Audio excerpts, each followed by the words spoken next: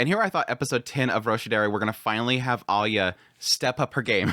Like, this girl has been hiding in the background of this show for the longest time, and she's obviously the main heroine. I mean, the show's named after her, but it's like, it feels like she's just totally getting left behind by all the other girls. And this first half of this episode, it felt like finally they're actually going to make her appealing in the show. I mean, she's great.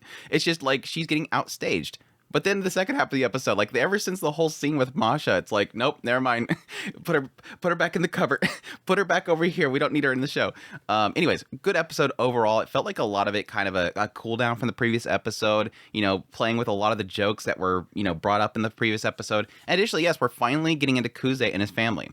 Now, I don't know how much they're going to do. We do have 2 more episodes left. Hopefully we get a second season, but we have 2 more episodes left. They could do something with the whole scene, but there's a side of me that almost feels like it's going to be, oh, hi, Mom.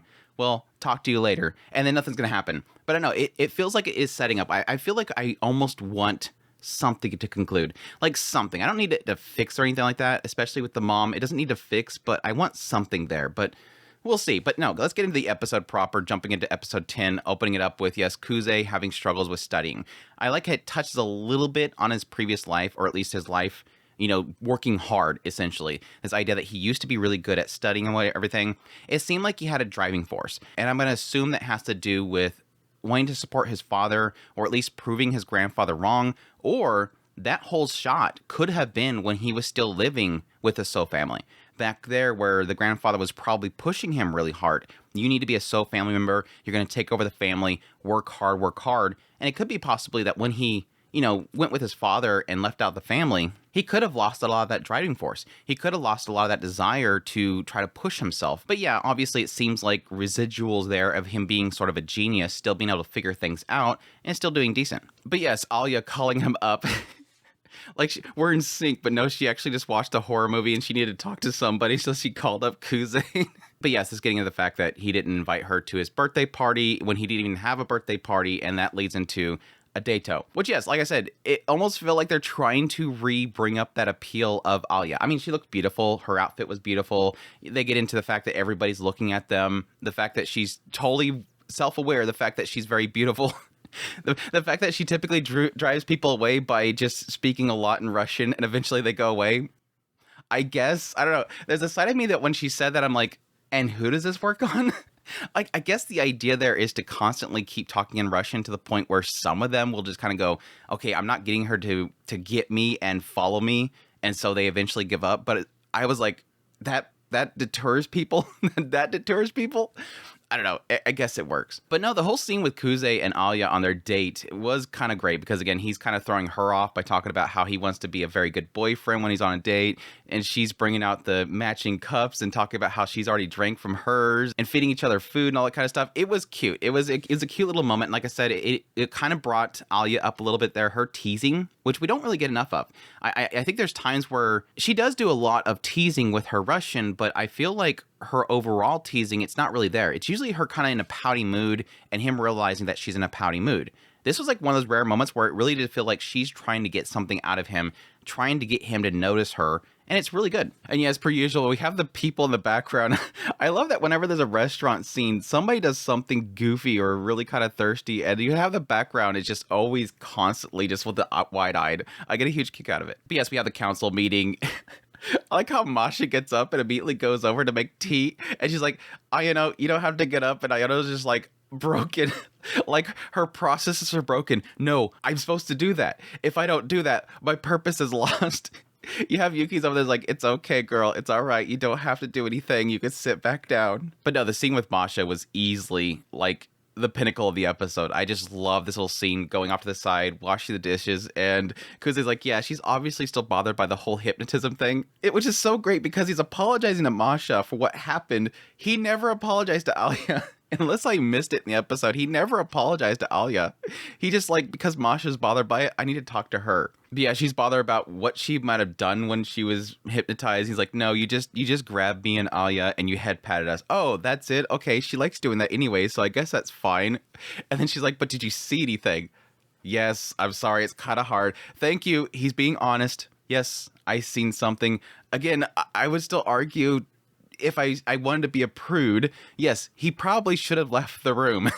There was plenty of people in that room to handle the situation. He should have left, but no, he decided to be a good main protagonist and actually stay there and keep watching. But no, I love it. I love the Masha pouty faces. She's just so mad. She got the puffed up cheeks and she's just kind of squeezing his cheeks. I'm like, yes, I want to be punished by Masha. And it's like, you love it, you can take seriously. Like, he's supposed to be punished. He's supposed to apologize, but he's just loving the whole thing because she's got this cute pouty face and she's getting the moves going on. It was cute. You shouldn't make girls have embarrassing memories and stuff. It was cute. I love the Masha faces. And yes, double whammy. Right when he gets back to the office, we have a Yuki scene. She's literally like, I'm so glad we're finally alone, brother. We're finally alone. Stop acting like you don't see Ayano. Ayano just standing over there like, okay, continue. Ayano just loving the whole thing. The whole scene, Ayano's just standing there like she's super happy because she gets to see Yuki be happy. And it is like, it's so telling. And I know I'm looking way too much in this. It's so telling from the previous episode, having that scene where Yuki is literally being told by a grandfather, take down your brother, compete against your brother. You need to fight him. And she doesn't want to do that. But then when Yuki goes back up into her room, she has to seek some sort of comfort with Ayano. So Ayano is always there. This is stark contrast here. Ayano always has to be there to accept Yuki because Yuki's hurting. She always has to be there to comfort Yuki. And right here, she's just super happy because she's with her brother. Like, they get to be happy and fun together. Again, I might be overthinking it, but it's still like, that's what I immediately thought of when I see Ayano staying there all happy. But no, Yuki is like, I need to recharge. We're alone finally. I need some loving. She jumps up onto the desk, rolls over. Come on, give me some loving. She doesn't make some kind of remark. She laughs and she's like, no, it's fine. It's fine. I'm just kidding. I'm just kidding. Never deny Yuki her regular lovin's. She's so great. I absolutely love Yuki so much. She's just way too much fun. And again, love how it's kind of this contrast to what she has to deal with on a regular basis. This girl just needs some way to vent, and it's got to be brother. It's got to be brother. But no, that's all to build into what I'm assuming is going to be a really big part of episode 11, which is the parent-teacher meeting. Because, yes, Kuze's grandfather first shows up. Dude dapper. Dude got that dapper going on. He's looking like some kind of mafia boss with his white tux and everything that apparently he's going to get in trouble for because he wasn't supposed to buy that. But anyways, and yeah, apparently he's like a massive, like, Russian otaku. So, of course, when he sees Alya, he starts freaking out and wanting her to marry Kuze. That was all dorky. It kind of gets a little bit into Kyotaro, which I'm guessing is Kuze's father, the fact that he's working at the Japanese embassy. So it kind of ties a lot of stuff into Kuze, and essentially a lot of his ties in with probably how he learned Russian and everything. It does seem like his family's very much so tied in with foreign affairs and stuff like that. And I think Kuze mentioned before that he learned Russian through his grandfather, so it makes sense since his grandfather seems to be a massive Russian otaku that's probably where he learned it from. I was kind of surprised that his grandfather didn't speak Russian the entire time, unless he just never learned it. Maybe Kuze learned it, but he's just kind of obsessed with it. But yeah, we get a little brief moment of embarrassment with Alya's mother just kind of going, oh, you must be Kuze. Yeah, she talks a lot about you. She's always just beaming when she talks about you. It was dorky. Alya getting a little embarrassment moment there. And yeah, I mean, the grandfather's talking about marrying. He's asking Alya to marry Kuze, and then you have the mothers literally going, are you going to marry him? It's like, we got it open. The door's open. Come on.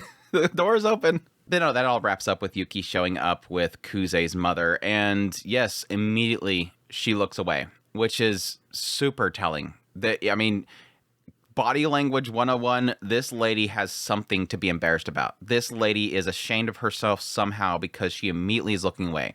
And yes, it briefly shows how he compares that to seemingly the moment where he first told his mother, I'm going to stay with father. Because I think that was that exact scene there was when he basically told her, no, I'm going to be with father. I'm going to take care of him. And she immediately turned and looked away. So it's obviously that she's, yes, it's going to be painted as probably that she was ashamed of him for leaving the family. Like that scene from a long time ago, it probably was painted into his head that mother was ashamed that I chose father. And it's obviously going to be more of a thing that she was just hurt that Kuze was leaving her. Either way, I don't excuse it. Let me be perfectly clear. I don't excuse it. Like I was saying with that whole opening sequence where it had Yuki talking to the grandfather, that mother, Yuki and Kuze's mother, is being passive and allowing the grandfather to destroy these children's lives. She's doing nothing about it. She is being very passive. She's allowing it to happen. This is the So family way, and she's allowing these kids to hurt each other. I don't excuse it. This lady is whipped into the family, and she's letting the destruction happen. And yes, right here, I think right here, when she's confronted with Kuze, she's looking away because she's embarrassed for herself. She's ashamed And I think that's what's going to probably open up with the next episode. There might be a really quick passing comment about the mother, being happy to see him, but won't look him in the face. He's going to be upset that she won't look him in the face because she's ashamed of me because I left the family. And then they're probably going to part ways. I don't really expect any sort of massive reveal to happen in that hallway because, again, it's in a public location. It's at school. It would be way too embarrassing. I don't think Kuze wants to talk to her. I think Yuki might nudge the mother to say something. But at the same time, I think Yuki knows full well that Kuze doesn't want to talk to her. And I think Yuki will choose to protect her brother over the mom. Either way, it might nudge something out there. Again, I don't expect it. I don't know. Actually, the grandfather might nudge something out of the whole situation. This is his daughter-in-law, but at the same time, I don't know what their relationship is. But he's a lot more positive. He's the positive person in this scene that's super goofy. Yuki is too, but she's not publicly that way. The grandfather's publicly that way. So he might actually pull something out of the situation. Plus, I would assume that the grandfather probably loves Yuki. He just adores her. Just unfortunately never gets to see her, I would assume. I don't know. We'll see. But again, I'm not going to expect anything. Like I said, though, I do hope that we get something because we only got 2 more episodes left. I'm hoping for something. My assumption was that we're going to, at least with episode 12, have the closing ceremony because that's going to be the tee up for the entire student council race. And if we do get a second season, it might actually get into that student council race. But it might actually just have a brief little snippet here with the family and then go right into that. But anyways, that's my thoughts on episode 10. Really goofy episode. Great Masha scenes. Great pouty Masha scenes. I want her to punish me. Great Yuki scene. And I get a little bit of a snippet of some Alya in there as well. As much as they want to make her be the title of the show, this writer somehow managed to make them completely outstaged. But anyways, hope you guys enjoyed this video. As always, if you did, hit that like button down below, comment, let me know for the episode. And just if you're new here, make sure to subscribe before you leave. If you like this content and you want to support the channel more, I have links in the description below. Greatly appreciate what it does. Until next time, y'all take care.